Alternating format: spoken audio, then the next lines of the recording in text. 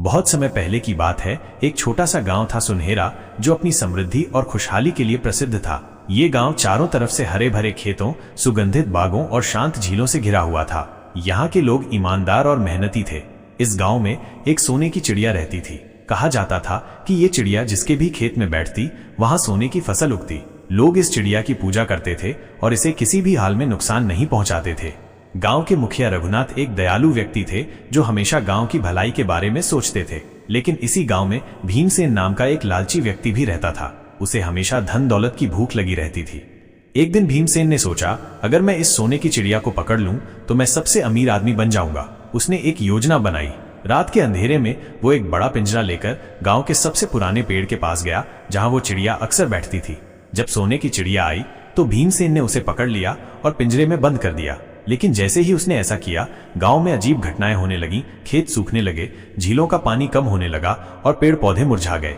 गांव वाले डर गए और समझ नहीं पाए कि ये सब क्यों हो रहा है।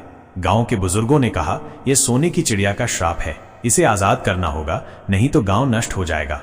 डरे हुए गांव वाले भीमसेन के पास गए और उससे चिड़िया को छोड़ने की विनती करने लगे, लेकिन वो नहीं माना। उसने कहा, यह चिड़िया मेरी है, मैं इसे किसी को नहीं दूंगा।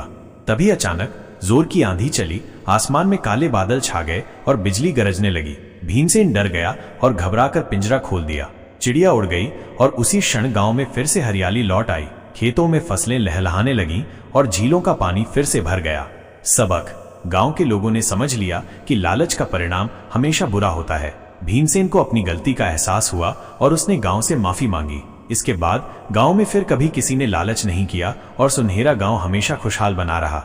इस कहानी से हमें ये सीख मिलती है कि लालच इंसान को अंधा बना देता है, लेकिन सच्चाई और अच्छाई की हमेशा जीत होती है। अगर आपको ये कहानी पसंद आई हो और आपने इससे प्रेरणा ली हो तो कृपया इस वीडियो को लाइक करना न भूलें। इसे अपने दोस्तों और परिवार के साथ शेयर करें ताकि ये कहानी और अधिक लोगों तक पहुंचे, और हमारे इस चैनल को सब्सक्राइब करें ताकि ऐसी ही दिल छू लेने वाली और प्रेरणादायक कहानियां आप तक सबसे पहले पहुंचें। साथ ही नीचे दिए गए कमेंट सेक्शन में हमें बताएं कि इस कहानी ने आपको किस तरह से प्रभावित किया। आपकी राय हमारे लिए बेहद महत्वपूर्ण है। मैं फिर मिलूंगा आपसे अगले वीडियो में एक और नई, दिलचस्प और प्रेरणादायक कहानी के साथ। तब तक अपना और अपने अपनों का ख्याल रखें, खुश रहें, स्वस्थ रहें और हमेशा अपने सपनों को सच करने की दिशा में कदम बढ़ाते रहें। आपका समय देने के लिए धन्यवाद।